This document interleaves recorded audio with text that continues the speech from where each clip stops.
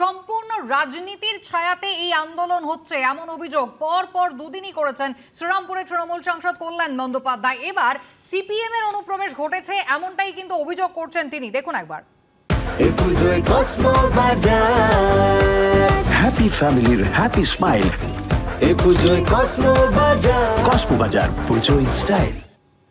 বিচারের নামে দুর্গাপুজো বন্ধ করে দিয়ে গরিব মানুষের পেটে লাথি মারার বিচার, এই বিচার আমরা চাই না, এটা অবিচার।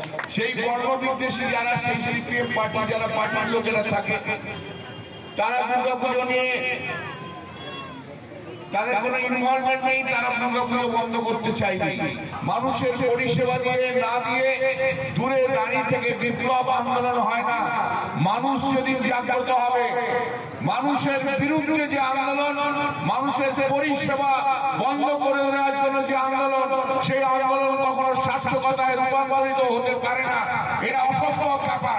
গরিব মানুষের পেটে লাথি মেরে, গরিব মানুষকে না ট্রিটমেন্ট দিয়ে, গরিব মানুষের বাচ্চারা মারা যাবে, তার সেটা পরিষেবা দেবেন না, ডাক্তারি ট্রিটমেন্ট দেবেন না, হসপিটালের ট্রিটমেন্ট দেবেন না, আর নিজস্ব 8টা-10টা দাবির অধিকার নিয়ে রাস্তায় বসে থাকবেন, এটা হতে পারে না। করে সরকারকে ভয় দেখিয়ে কখনো সরকার সরানো যায় না। কয়েকটা গান দিয়ে হয় না, যে কালচার পশ্চিম বাংলায় হয় না।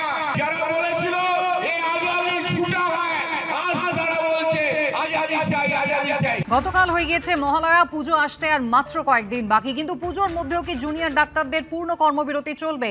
সিনিয়ররা একাংশ ইতিমধ্যেই কিন্তু আবেদন জানিয়েছেন যাতে তারা পুনর্বিবেচনা করেন নিজেদের সিদ্ধান্ত। আর এরই মধ্যে আজ কিন্তু সিনিয়র চিকিৎসকদের সঙ্গে জুনিয়র ডাক্তারদের বৈঠক রয়েছে। গতকাল ধর্মতলায় হলো মহামিছিলের পর মহাসমাবেশ এবং সেখান থেকেই এবার দিল্লি চলো ডাক দিলেন জুনিয়র ডাক্তাররা। আমরা কাউকে ভরসা করতে পারছি না। আমরা দেখেছি যে সিবিআই সুপ্রিম কোর্টে কি বলছে এবং আমাদের সেশন কোর্টে সিবিআই এর লয়াররা কি কথা বলছে। চরম দায়িত্ব জ্ঞানহীনতা। ফলত আমাদের এই আন্দোলনের আগুনকে যদি আমরা জিয়ে রাখতে না পারি, তাহলে হয়তো ওপর কোনো সেটিং হয়ে যাবে। প্রয়োজন হলে আমরা দিল্লি যাব, প্রয়োজন হলে আমরা এই যে প্রত্যেকটা কেস যেগুলো আজকে অমীমাংসিত, প্রত্যেককে একসাথে বসে অভয়ার জন্য আমরা যেমন আছি, বহু বিচার অমীমাংসিত, তাদেরকে একসাথে নিয়ে দিল্লির বুকে হোক, আমরা একসাথে আওয়াজ তুলব। এই আন্দোলনের সূচিমুখ একমাত্র রাজ্য সরকার, অবশ্যই দায়িত্ব জ্ঞানী এই রাজ্য সরকার। তাদেরকে আমরা আলটিমেটাম দিচ্ছি, প্রত্যেক ঘন্টা মিনিটের আলটিমেটাম দিচ্ছি। কিন্তু এই চাপ যেন সিবিআই অনুভব করে। যদি আমাদের কর্মবিরতির পর থেকে সরে আসতেই হয়, আমরা মানুষের কথা ভেবে আসবো, কারোর এথিক্যাল জ্ঞান ভেবে আসবো না। এবার ডক্টর কুণাল সরকারের বক্তব্য একবার শোনাবো আপনাদের।